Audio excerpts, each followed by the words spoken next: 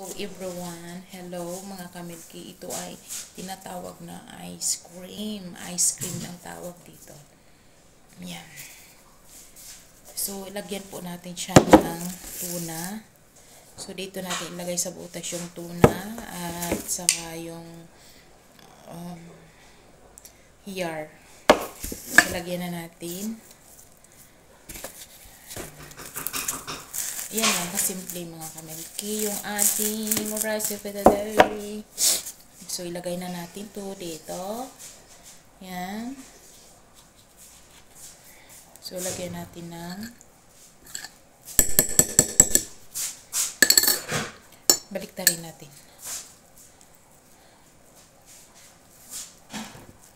Lagyan natin ng tuna. Tuna po ito. Ay, bismillah.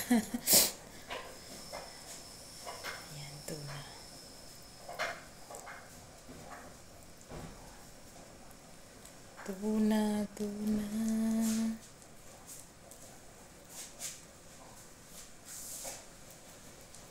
So, nilagyan na natin siya ng tuna.